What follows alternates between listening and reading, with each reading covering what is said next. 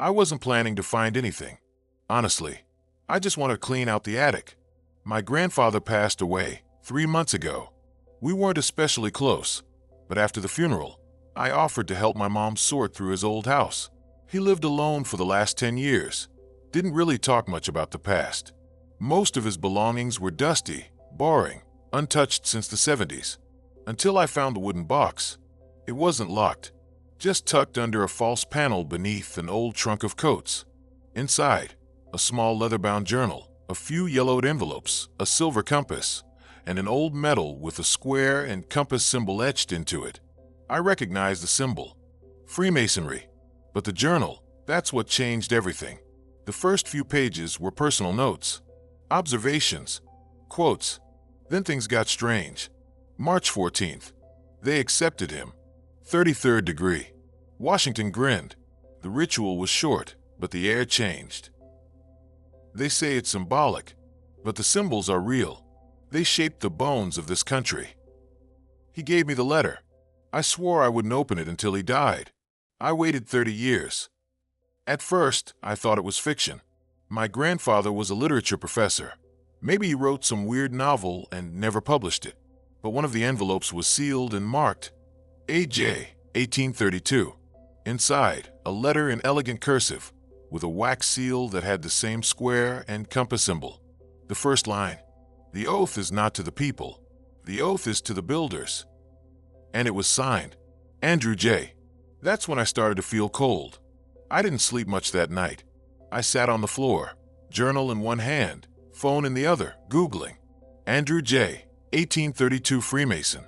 The result hit me immediately. Andrew Jackson, 7th President of the United States, initiated into Freemasonry, confirmed as a 33rd degree Mason, the highest honorary level. I found images of him in Masonic regalia, portraits, historical documents. It wasn't conspiracy, it was recorded fact. And he wasn't the only one. The deeper I went, the more I realized I had opened something I wasn't supposed to touch.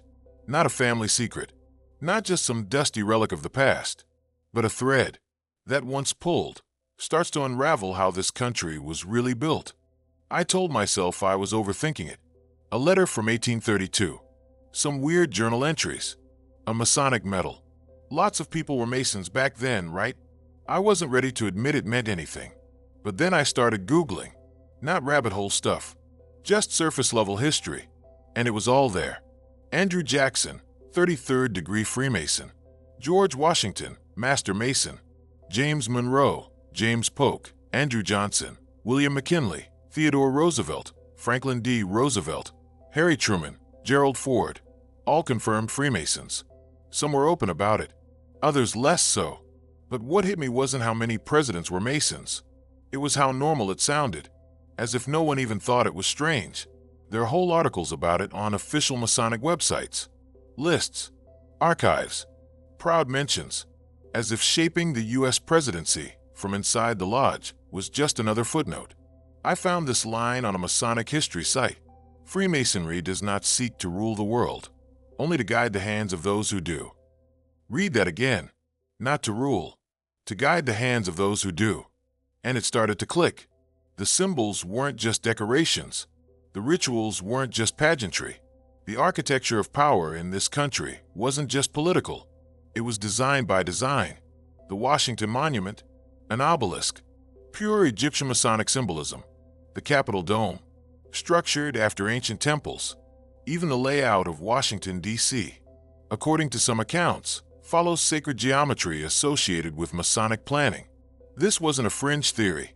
It was right there in books, speeches, floor plans, coins.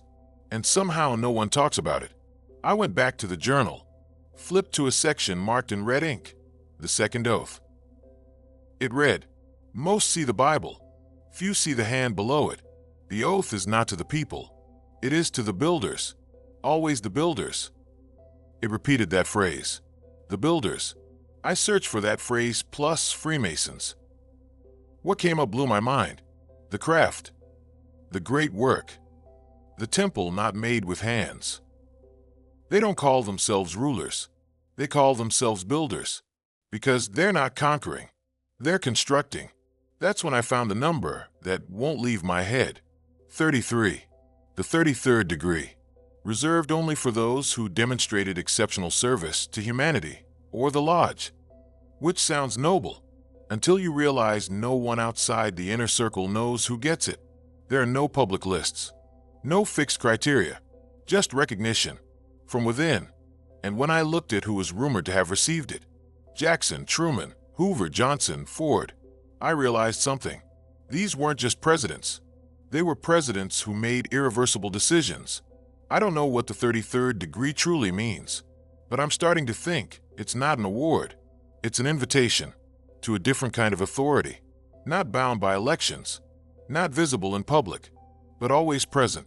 And once you see it, you start wondering how much of our history was ritual dressed up as politics. At first, I thought the 33rd degree was symbolic, some honorary title, like being knighted in politics. But then I started reading how it works, or more accurately, how little is publicly known about how it works. Most Masons never get past the 3rd degree. Some reach 32 through years of ceremony and service. But the 33rd? You can't apply for it. You're chosen by a supreme council. Their identities aren't secret, but their meetings are. And once you're in, there's no press release, no speech, no record, only silence. The journal had a passage that chilled me more than anything so far.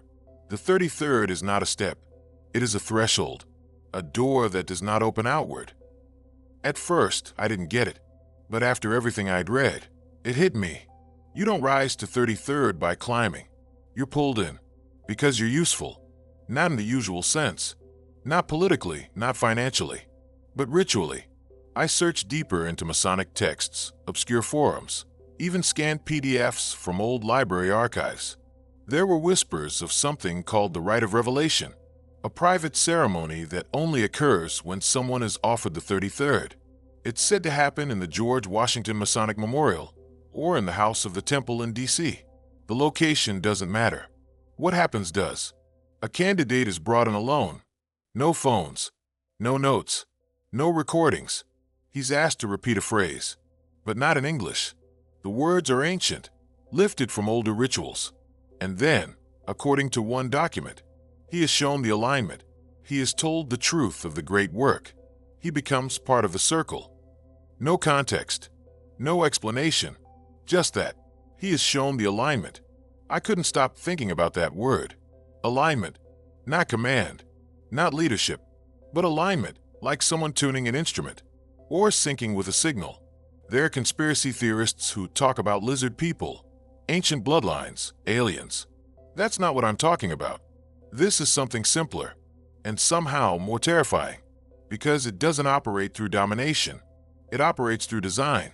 The more I looked, the more I started seeing that number, 33, on pillars, on plaques, on buildings, highways, corporate logos, government seals, sometimes hidden, sometimes right out in the open, as if it's a quiet reminder.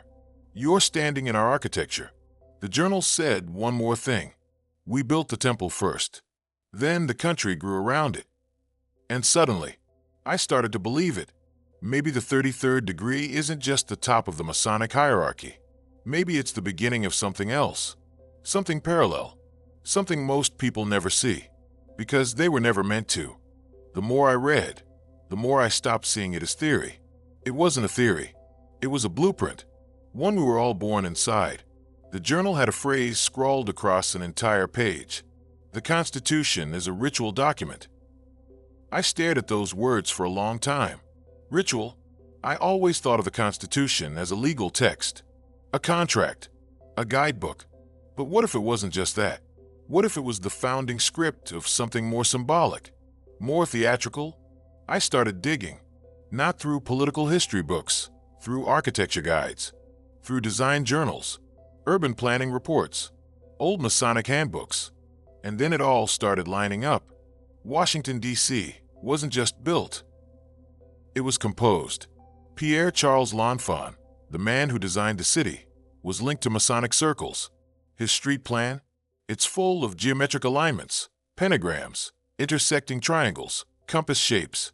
At the center, the Capitol, the Washington Monument, the White House, 3 PowerPoints, laid out in a triangle, almost like a sacred trinity. And the streets that connect them, they mirror layouts found in ancient temples. On the dollar bill, a pyramid, an eye, the phrase annuit coeptis. He has favored our undertakings. Undertakings, not rights, not liberties, projects. I thought maybe I was losing it, but then I found a book by a former Mason-turned-whistleblower. It was obscure, self-published, barely available.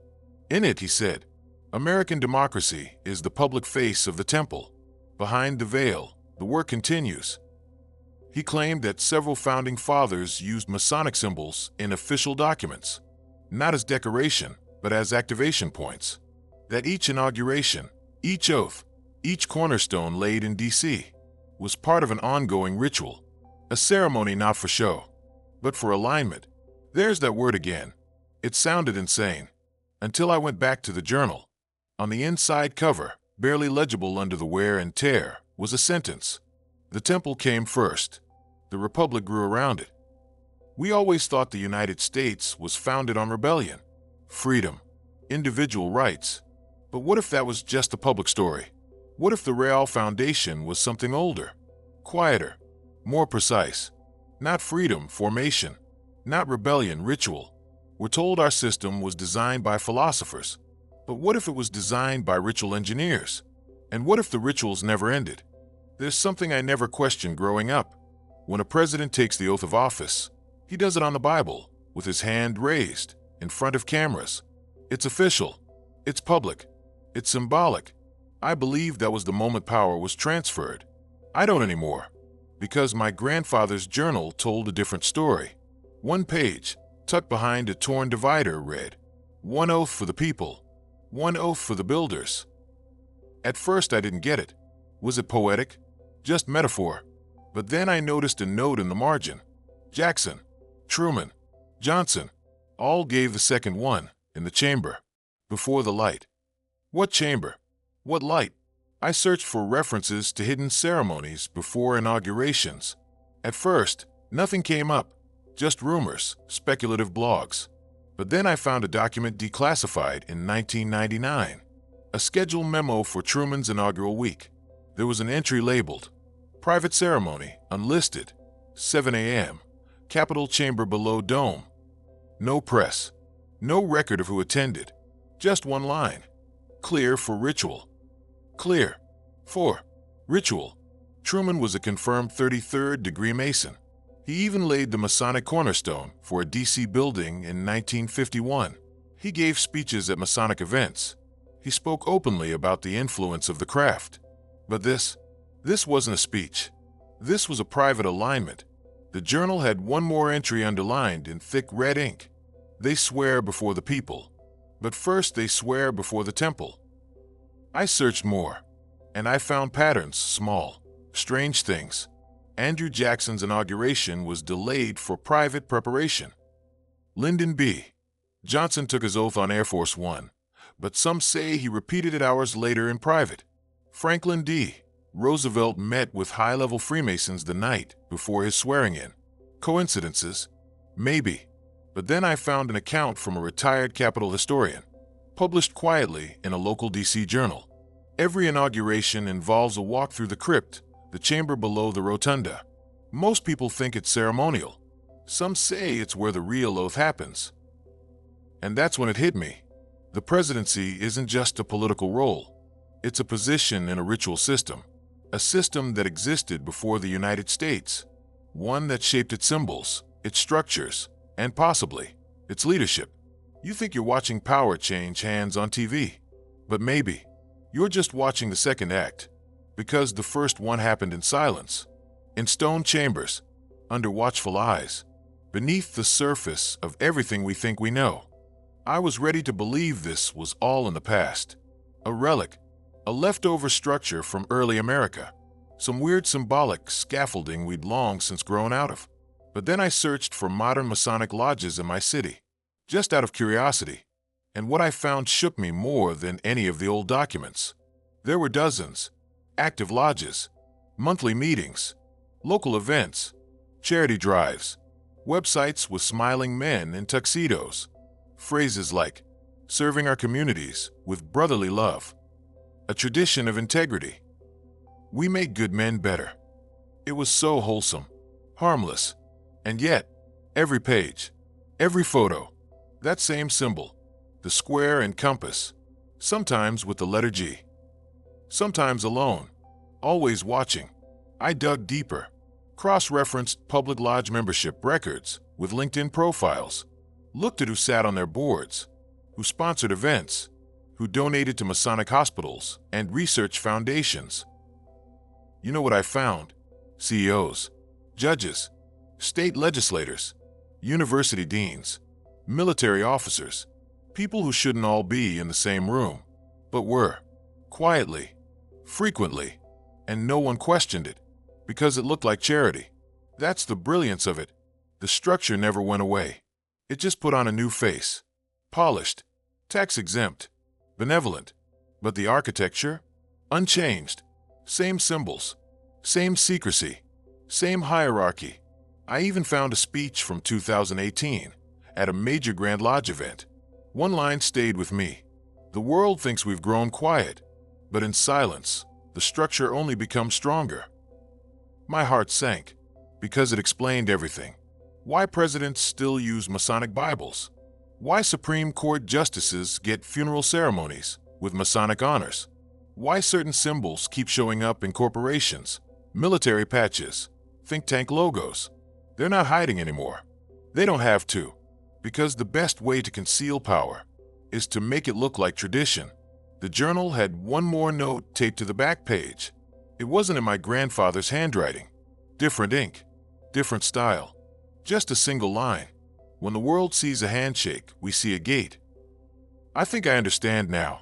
Freemasonry in the 21st century isn't about secret handshakes or forbidden books. It's about placement, position, structure, the right man in the right room with the right silence. And if you question it, you look like a fool, because no one wants to believe that power still wears gloves and symbols. But I've seen it, and I can't unsee it. I never posted about any of this. Not online, not even to friends.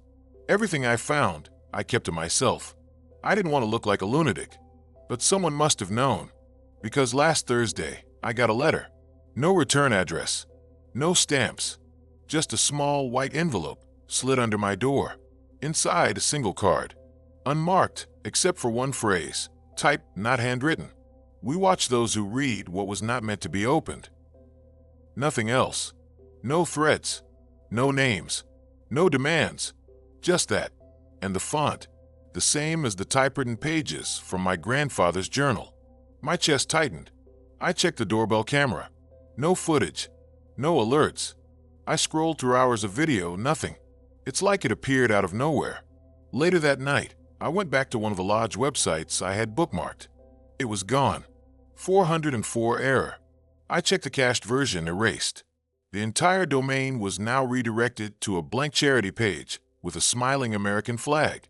I tried another lodge, then another.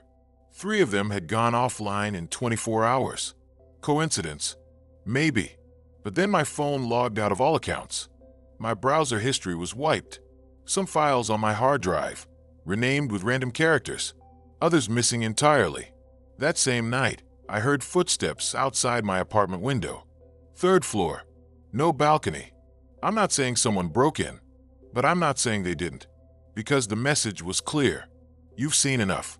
That was 4 days ago. I haven't heard anything since, but I feel watched. Every time I open my laptop, every time I go outside, every time I look up from a screen and catch my reflection, I wonder if I've already crossed a line. Not because I know the truth, but because I found the corner of it, and that's enough to trigger the machine. I reread the journal last night. At the very end, in a barely visible pencil scrawl, it said, "Curiosity is the first right, but silence is the final degree." I don't know what it means yet, but I think I'm closer than I should be. I spent the next day trying to act normal. Coffee, emails, dishes, but something felt off, like I'd stepped out of reality and couldn't find the door back in. I kept telling myself, it's just old documents, a strange coincidence. maybe a joke. But that card, we watch those who read what was not meant to be opened. That wasn't a prank, and neither was the silence on my devices, or the sites that went dark, or the fact that the journal still had pages I hadn't noticed before. There were 3 sheets folded into a false pocket at the back. On the first was a rough diagram, lines, initials, and an unfamiliar symbol, 2 circles overlapping with a vertical line down the center. On top of it, in shaky handwriting, the circle is not broken, it's concealed. The second page had what looked like notes from a meeting. No names, just shorthand phrases. Power by placement. Oaths never rescinded. Public role is not equal to private function. The ones who leave are watched the closest. That last line hit me hard, because suddenly I realized something I hadn't before. My grandfather didn't just record this. He lived it. I always thought he was just eccentric, a quiet man, always reading, always scribbling. But now it felt like he wasn't writing fiction. He was documenting something, quietly, carefully, hidden even from his own family. And the way he kept the journal tucked away, behind layers of false bottoms and faded coats, that wasn't nostalgia. That was fear. What if he had tried to leave? What if he had seen too much and made a decision? The journal wasn't written all at once. The ink changes. The handwriting shifts. Some entries are clean. Others, rushed, jagged, like they were written in a hurry. And the last entry, the one in pencil, it wasn't dated. Curiosity is the first right, but silence is the final degree. Maybe he wasn't warning me. Maybe he was confessing. I looked again at that metal I'd found in the wooden box. At first, I thought it was decorative, just another Masonic relic. But under the light, I noticed something. Tiny engraving along the edge, nearly worn away. It said, "Fidelity in Silence." I Googled it. Turns out, it's part of the 33rd degree motto. And suddenly it made sense. He didn't talk much. He never brought up politics. He never let anyone in the attic. Because he knew. And maybe, just maybe, he left the journal so that someone would know, too. Not to fight it. Not to expose it. Just to remember. Because once it disappears completely, there's no one left to say it ever existed. I haven't opened the journal in 2 days. It's still there, on the shelf. But it feels heavier now. Not because of what's written in it, but because of what it confirms. This isn't a story about Freemasons. It's a story about architecture, about structure, about the quiet systems that shape everything without asking for attention. When I first found the metal, the letter, the entries, I thought it was a secret. Now I realize it's not a secret. It's just not acknowledged. Because it doesn't have to be. It's built into everything. Look around. Presidents being sworn in with hidden symbols. Capitals built with Masonic cornerstones. Charities funded by networks you'll never see. Policy decisions that always seem to happen just before elections, not after. Agendas that appear in every country at the same time. No vote, no face, no one to blame, just alignment. And I think that's the most terrifying part. It's not a conspiracy. It's a format, like a protocol, like code. It doesn't need to hide anymore, because now it looks like normal, like the way things are. Every time you're told, there's no other option. Every time every major outlet reports the same narrative on the same day. Every time you feel like no matter who's elected, things stay the same. That's not incompetence. That's architecture working exactly as designed. And maybe that's what my grandfather understood. He wasn't trying to destroy it. He wasn't trying to warn the world. He just wanted someone to see it before it became invisible forever. He wasn't a rebel. He was a witness. And now I am too. So no, I won't publish this anywhere else. I won't name names. I won't post proof. Because proof doesn't matter when the structure is invisible by design. But if you're reading this, and you've ever felt that quiet hum in the background of everything, the sense that something's operating just below your awareness, you're not crazy. You're not alone. You're just seeing the edges of something that was never meant to be noticed. It's not a conspiracy. It's a system, and we all live inside it.